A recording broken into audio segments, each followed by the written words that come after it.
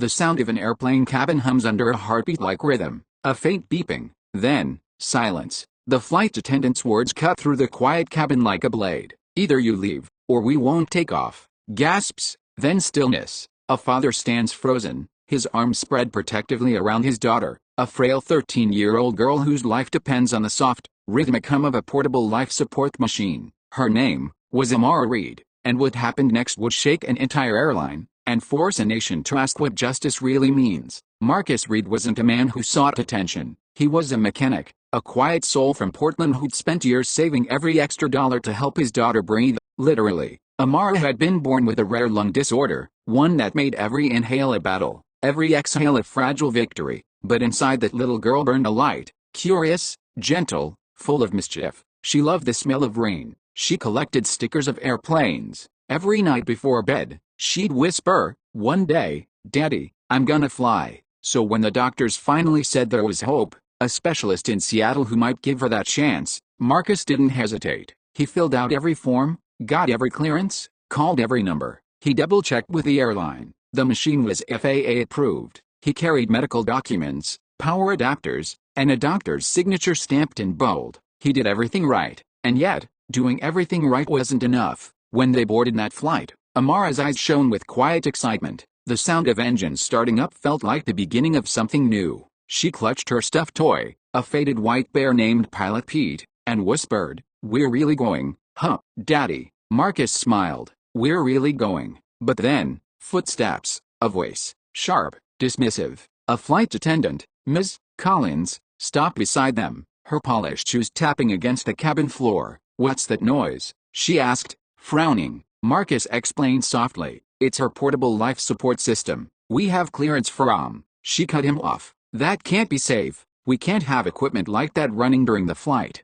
"It's medically cleared," Marcus repeated, his tone patient, hopeful. "I have documentation. She can't survive without it." But Ms. Collins didn't even look at the papers. Her arms folded, her chin lifted. "Well, passengers are already complaining about the noise. Either you turn it off or..." He stared at her, uncomprehending. "Turn it off, or you'll have to leave the plane." Every head turned. A mother pulled her child closer. Someone muttered under their breath. The air grew tight, not from altitude, but from tension. Marcus's voice trembled, but it never broke. "She can't survive without this." Ms. Collins stood her ground. "Then she can't fly." For a moment, Marcus thought she might be joking, but the look in her eyes said otherwise. She called for security. Amara's small hand reached up, clutching his sleeve. "Did we do something wrong, Daddy?" He knelt beside her. "No, baby, we didn't." And as he carried her down the aisle, machine humming softly against his chest, every passenger watched in silence.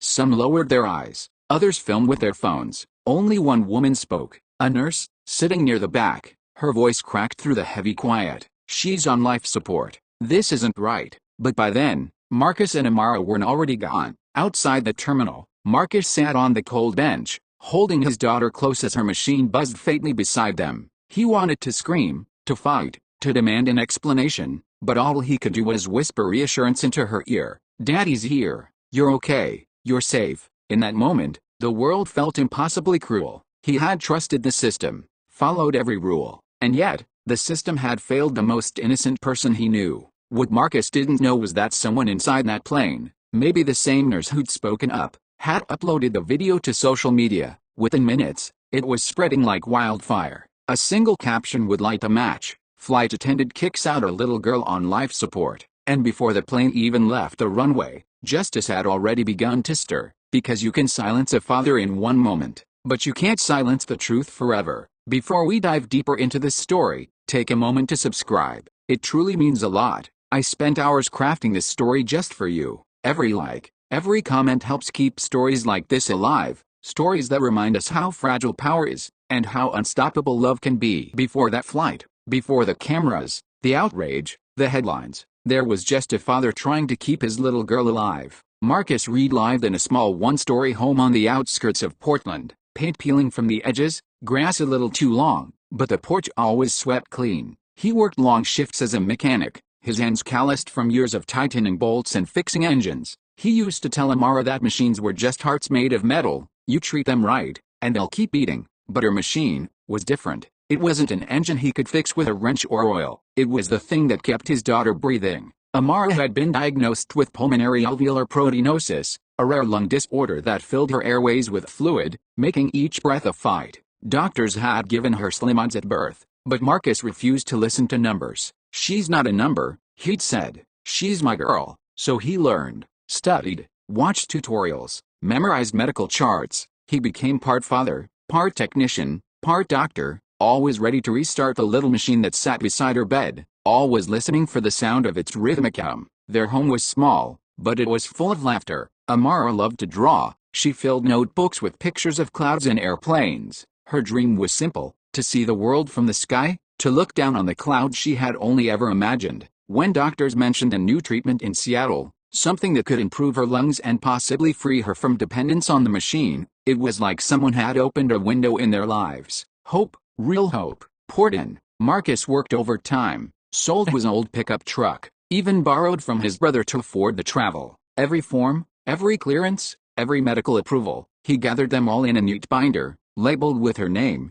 Amara's flight to life, and the airline, at least on paper, said yes. He called weeks before the trip. "Yes, sir, medical devices are allowed," they told him. He even emailed the exact model number of her life support machine and got a written confirmation. He printed it, highlighted it, double-checked it. Marcus believed in systems. He believed in doing things the right way. But systems are made of people, and people don't always read the fine print. The night before the flight, the rain came down hard. Amara couldn't sleep. She kept tracing her finger along the airplane stickers on her wall. "Do you think they'll let me look out a window?" she asked. Marcus smiled. "Of course they will." He made her promise something, too. "When we get there, and you meet your doctor, we're getting ice cream. Vanilla swirl, with chocolate chips. Deal?" She grinned weakly. "Deal." But as morning broke, he noticed she was quieter than usual. Fatigue had deepened under her eyes. He worried about the flight. Even with clearance, the stress of travel might be too much. Still, she insisted. "Please,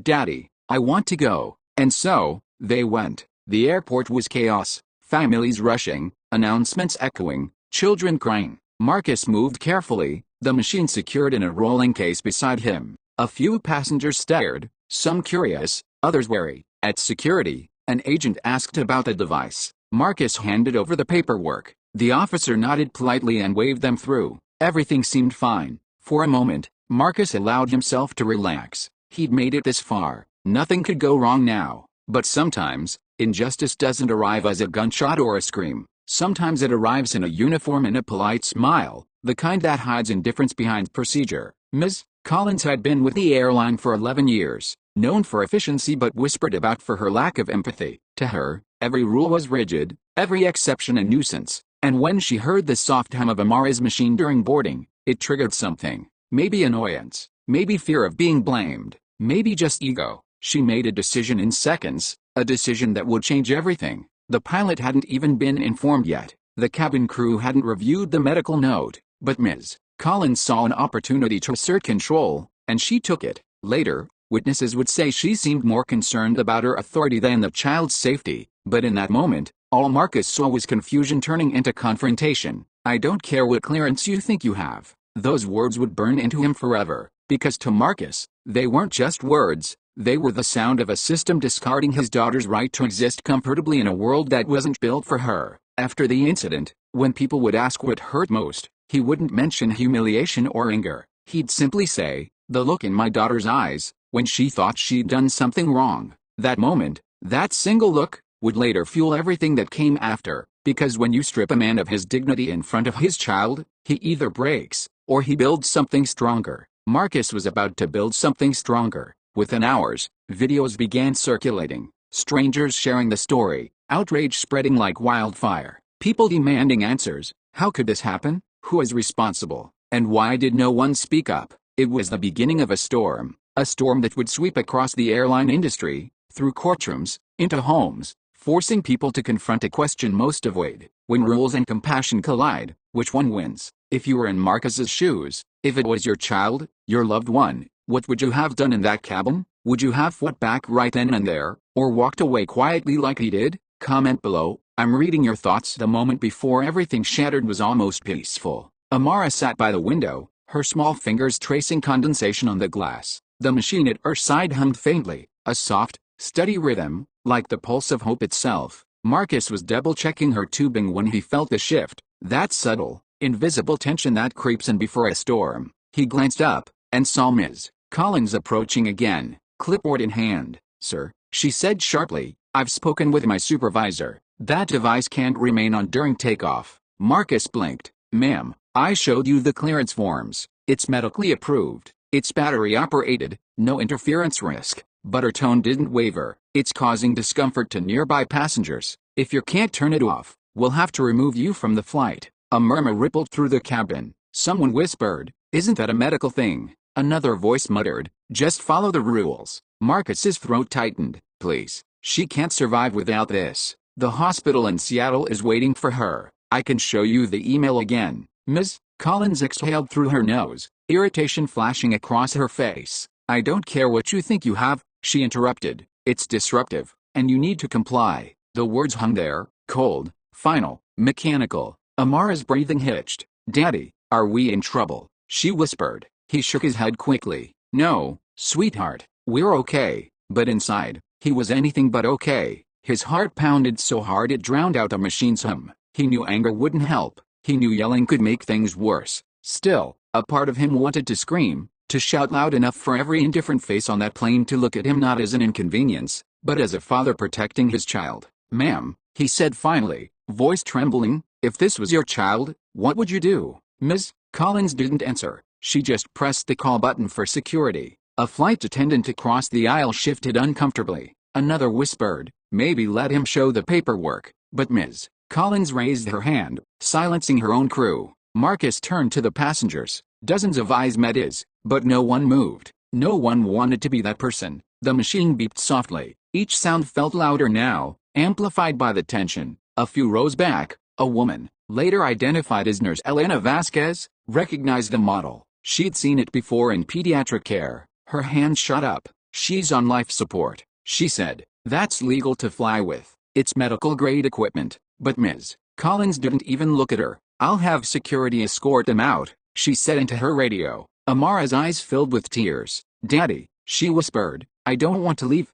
I want to fly." Marcus knelt beside her, his chest tight. "We'll fly, baby, just not today." He lifted her carefully, cradling the machine as though it were her heart itself. As he turned down the aisle, the world blurred. The smell of stale coffee, the hush of guilted silence, the flash of phone cameras. A passenger muttered, "This is wrong." Another said quietly, "Someone should do something." But no one did. Security officers appeared at the entrance, their expressions polite but distant. "Sir, please step off the aircraft." Marcus stopped walking. His voice shook. "She'll die if this stops. We were cleared to fly. Please, look at this." He opened the binder, shaking pages fluttering in his hands. But the officers didn't even glance. "Procedure, always procedure, sir. You need to cooperate," one said. And that was it. That's when Marcus realized no one was coming to help. So he did the only thing left to do. He walked out on his own, his daughter's head resting weakly against his shoulder. The plane door shut behind them with a metallic thud,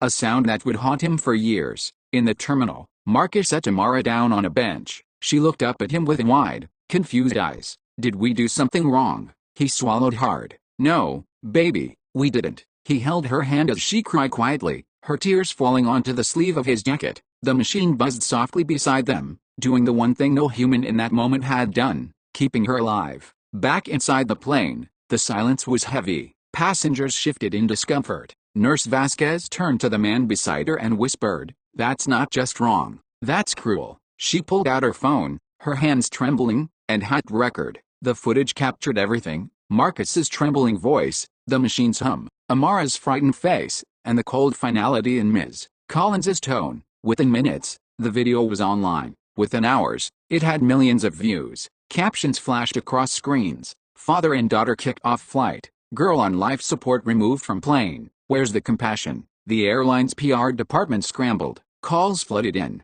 Hashtags trended. But on that night, none of that mattered to Marcus. He sat by the window of the terminal, watching the plane, that same plane, sitting motionless on the runway. He didn't know yet that it wouldn't leave, that fate, irony, and digital justice were about to ground it for him. He only knew one thing: He had done everything right, and still, the world had treated his daughter like an inconvenience. Somewhere deep inside, something hardened, a quiet resolve, not to shout, not to rage, but to be heard. Because sometimes, justice doesn't start with noise, it starts with silence, and a man who refuses to accept it. Do you think justice still exists in moments like this? Tell me in the comments. Early morning light spills across an airport terminal. Cleaning crews move in slow motion as a phone buzzes on a nearby seat. By the time Marcus and Amara reached home that night, the world had already seen what happened. The video, shaky, grainy, but undeniable, was everywhere. It had spread faster than rumor, faster than reason,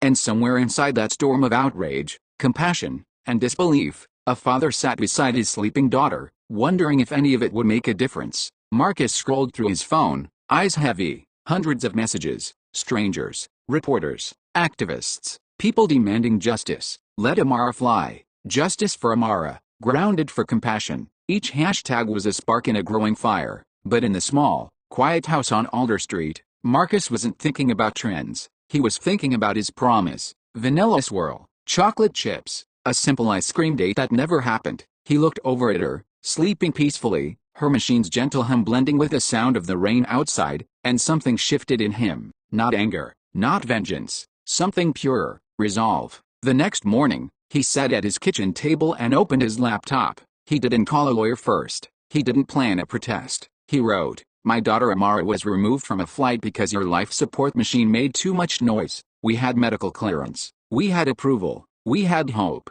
Yesterday, she learned what discrimination feels like, and I learned how silence from others can hurt just as deeply. I'm not asking for revenge. I'm asking for accountability." He hit post, and then the world hit share. Within hours, major outlets picked up the story. Journalists camped outside his home. Lawyers offered help pro bono, and strangers, people Marcus had never met, began sending donations to help him fly Amara safely to Seattle. The airline, meanwhile, was in free fall. Their initial statement, sterile, defensive, full of corporate jargon, only poured gasoline on the fire. "Our staff followed standard safety protocols." That line alone was enough to ignite millions of angry comments. People demanded names, demanded action. They didn't want apologies, they wanted accountability. But for Marcus, the noise outside wasn't his mission. His mission was Amara. 2 days after the incident, she had a minor breathing crisis. Stress, the doctors said. Emotional trauma can do that. He stayed by her side,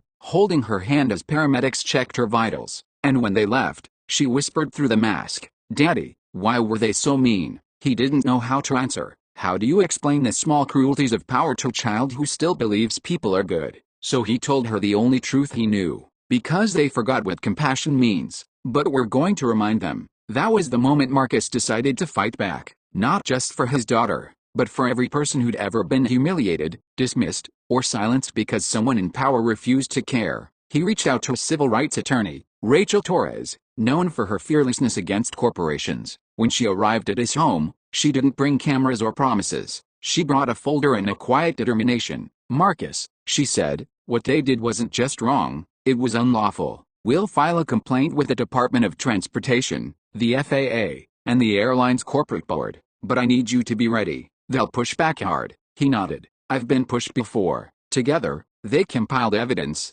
flight manifests, medical documentation, witness statements, and that now viral video. Rachel drafted a formal complaint that accused the airline of medical discrimination and reckless endangerment. She warned him that it could take months, maybe longer. But Marcus wasn't afraid of waiting. He'd already waited 13 years for hope. As days passed, public support grew. Nurses shared stories of similar treatment. Parents posted photos of children with medical devices, tagging the airline and demanding reform. Even former employees came forward, describing a culture of power and fear within the company. What began as one man's heartbreak was turning into a movement. And then, the twist. A whistleblower reached out anonymously to Rachel. He was part of the airline's internal communications team. He claimed that before the flight, Ms. Collins had received a notice about Amara's medical clearance, but had ignored it. She'd even commented in a staff chat, "If it's that important, they can take a medical flight. Not my problem." That message changed everything.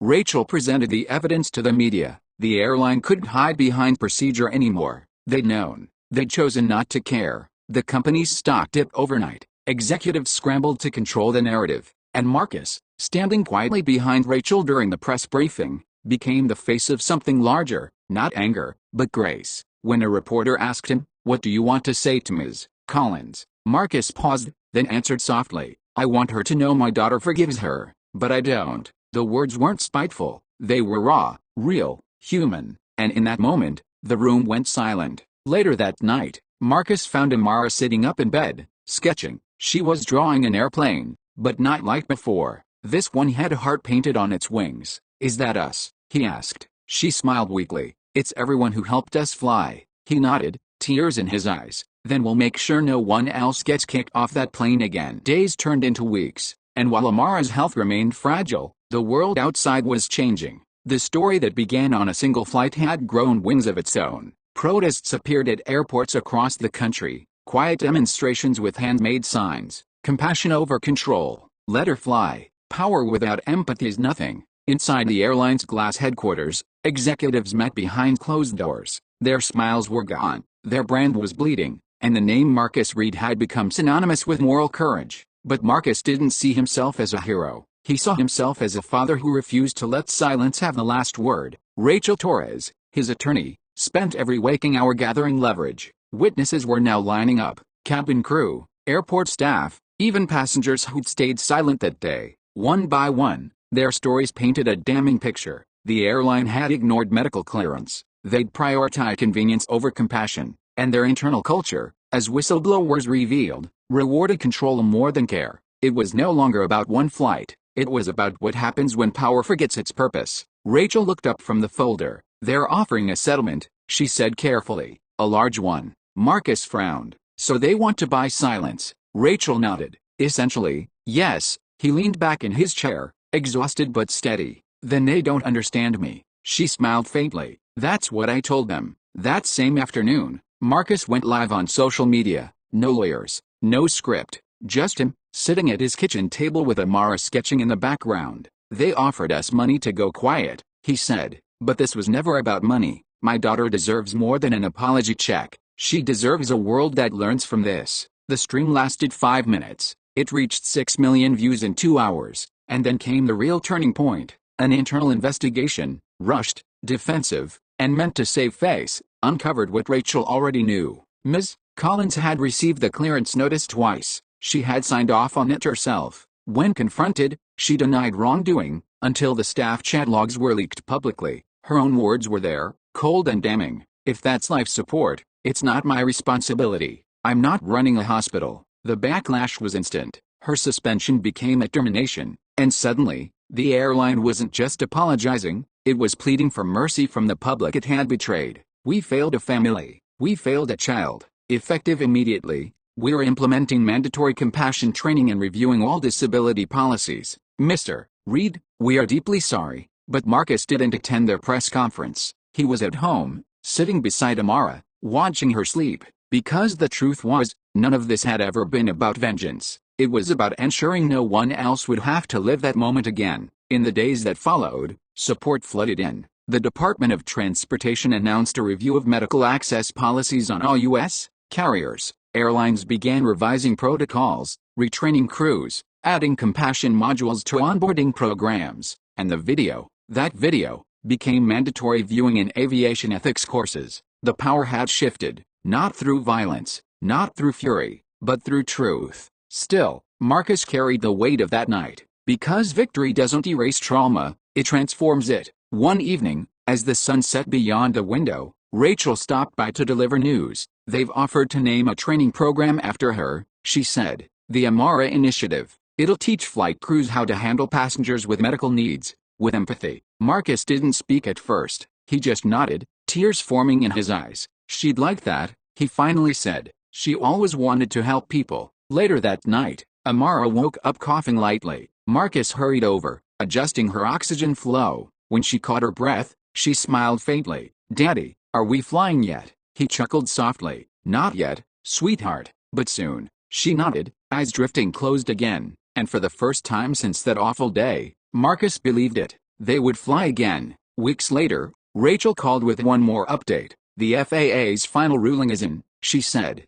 "They're grounding that flight number temporarily, for investigation and reform." Symbolically, Marcus, you really did ground their flight. He laughed softly, disbelieving. Guess justice has a sense of irony. This story became legend across social media. It wasn't just a scandal anymore. It was a parable. A story of power humbled, of rules rewritten not by lawyers, but by love. And as Amara's condition improved enough for short-distance travel, people from all over sent letters, art, even tiny paper airplanes decorated with hearts. One note read, "Because of you, my son can fly safely now. Thank you." Justice doesn't always arrive in a courtroom, but sometimes, it needs that stage to be seen. Months after the incident, Marcus found himself sitting at a long wooden table under fluorescent lights, his daughter's small hand in his. The case read versus North Sky Airlines had drawn national attention. For many, it wasn't about the law anymore, it was about dignity. The airline had already apologized publicly, fired Ms. Collins, and pledged sweeping reforms. But Marcus and Rachel wanted something deeper, a public acknowledgement that what happened was not a misunderstanding but a violation of basic human decency. When the hearing began, the airline's legal team spoke first, polished, professional, apologetic in tone but cautious in language. "We deeply regret the incident," their spokesperson said. "However, our crew acted under perceived safety concerns." Marcus closed his eyes. That word, perceived, stung. It was the same kind of language that had hurt him before, soft words that hide hard truths. Then Rachel stood. Her voice was calm, but it carried the weight of every sleepless night, every moment Amara's breath had hitched in fear. "This is not a case about perception," she said. "This is about neglect, about a man who followed every rule, and a system that chose power over compassion." She projected the video on a screen. The courtroom fell silent. The faint beeping of the life support machine filled the air again, haunting, rhythmic, relentless. Ms. Collins's voice echoed through the speakers. "Either you leave, or we won't take off." Even after months, it still cut like a blade. The judge watched in stillness. Some in the audience wiped tears from their eyes. When the video ended, the room stayed quiet for a full 10 seconds. Then Rachel turned toward the airline's table. "Tell me," she said softly, "at what point does efficiency justify cruelty?" No one answered. Later, Marcus was called to speak. He didn't bring notes. He didn't rehearse. He just stood there, a man who had lived too much pain to hide behind careful words. "I'm not here to destroy anyone's job," he said. "I'm here because my daughter asked me if we did something wrong, and I didn't know what to say. I want to live in a world where no child has to ask that question again." The judge nodded slowly. After hours of arguments and testimony, the decision came down. The court ruled that North Sky Airlines had violated federal disability access laws and engaged in unlawful medical discrimination. They were ordered to pay damages, not just to the Reeds, but to establish a public medical passenger rights fund. But the real victory wasn't monetary, it was symbolic. The court required the airline to release a public statement, written not by their PR team, but by Marcus himself. He wrote, "We failed to see the humanity in a passenger who needed compassion more than convenience. We forgot that the sky belongs to everyone. From this day forward, we will fly differently." That message was printed on the airline's website, displayed on posters in terminals, and spoken in every new employee orientation. For the first time, an airline's apology wasn't a press release, it was a promise. Weeks later, Marcus and Amara were invited to Seattle, this time, on a private medical flight funded by donations from around the world. The plane was quiet, peaceful. The crew treated her not as cargo or burden, but as someone precious. When the engine started, Amara's eyes widened. She looked out the window as the clouds drifted by. "Daddy," she whispered, "we're really flying this time." "Hut," Marcus smiled, his eyes glistening. "Yeah, baby, and no one's ever kicking you off again." When they landed, doctors greeted them with open arms. The treatment began soon after, delicate, complex, hopeful, and as days passed, Amara's color began to return. Her breathing steadied. For the first time in years, she spent a few hours each day without the machine. Marcus would watch her sleeping peacefully, sunlight falling across her face, and whisper, "You're free, sweetheart, you're finally free." Back home, the impact continued to ripple outward. News outlets called the ruling a turning point for passenger rights. Airlines across the nation revised their medical access protocols, and disability advocates hailed it as a moment of systemic awakening. Even Ms. Collins, the former flight attendant, reached out privately. Her message was brief. "I was wrong. I'm sorry. I've been volunteering at a children's hospital now. Thank you for reminding me what compassion looks like." Marcus read it once. then twice, and finally, he typed back, then maybe justice did its job. Sometimes, justice isn't about punishment, it's about transformation, the kind that ripples through strangers' hearts and changes how the world treats the vulnerable. In the end, Marcus never wanted fame, he never wanted revenge, he just wanted to keep a promise, to get his daughter to that doctor, to buy her ice cream after, and to remind the world that rules mean nothing without empathy. What does justice really mean to you after hearing this? Is it about laws, or love? Let me know in the comments. They say the sky remembers every flight, every moment of fear, every act of courage, but maybe it also remembers redemption, because 1 year later, Marcus Reed and his daughter Amara were back at that same airport, different terminal, different gate, same sky. Amara had grown stronger, the treatments had worked, not a miracle, but a mercy. She still carried her small portable life support unit, but now it was smaller, quieter, gentler, like the world had learned to listen. As they walked toward the gate,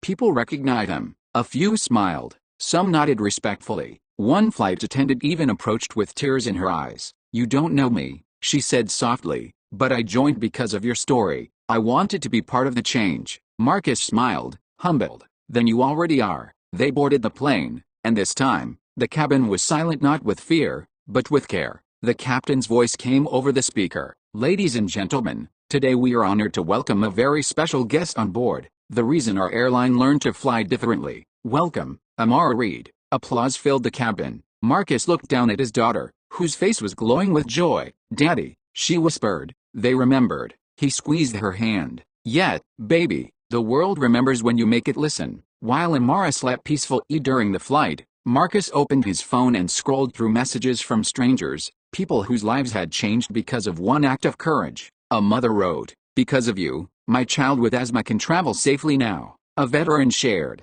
"I used to hate flying because of my oxygen unit. Your fight made me feel seen." And a pilot messaged privately, "Your story made me realize the weight of every decision we make in the air. Thank you." When they landed in Seattle again, the same city they never reached the first time, Marcus paused at the top of the ramp. He looked out across the terminal, bustling with life, and took a deep breath. It wasn't about revenge anymore. It was about return, about finishing a journey that injustice once cut short. Outside, a mural greeted them, commissioned by airport staff after the case. It showed a paper airplane transforming into a dove, carrying the words, "Compassion is the engine of justice." Underneath, small letters read, "Dedicated to Amara Reed, who reminded the skies to care." Marcus stared at it, speechless. Then Amara reached for his hand and whispered, "That's us." He nodded, tears streaming quietly. "Yet, baby, that's us." The world had moved on, but the story never really faded. In schools, teachers shared it during lessons about empathy. In corporate boardrooms, leaders cited it as a case study in accountability. And in thousands of hearts around the world, it became a quiet reminder. One act of cruelty can shake the world, but one act of courage can rebuild it. In an interview years later, a journalist asked Marcus, "Do you think justice was served?" He smiled faintly and looked over at Amara, now a teenager sketching in her notebook. "Justice," he said softly, "justice didn't give me back the day we lost, but it gave her a future, and it made the world safer for someone else. That's enough for me." The journalist nodded. "If you could tell people one thing, what would it be?" Marcus thought for a long moment, then replied, "That power without compassion isn't strength, it's weakness disguised as authority, and if you ever have the chance to choose, choose compassion, every time." That interview became one of the most shared videos of the year, because deep down, everyone watching felt the same thing, a quiet ache, a quiet hope, that maybe, just maybe, the world could change if we let it. Today, the Amara initiative continues, training thousands of flight attendants and crew members each year on empathy, disability awareness, and human connection. Airlines display a small silver pin on staff uniforms shaped like a paper airplane with a heart at its center. It's not about branding, it's about memory. And every time Marcus sees one, he smiles, because he knows that somewhere, some father, some daughter, will board a flight, and be treated with the kindness they deserve. As the credits roll, her voice echoes softly, recorded from that first interview after the ordeal. "Power can humiliate, but justice restores dignity." If this story moved you, please subscribe and share it, because your voice, your empathy, helps keep stories like this alive. And remember, power without compassion is nothing.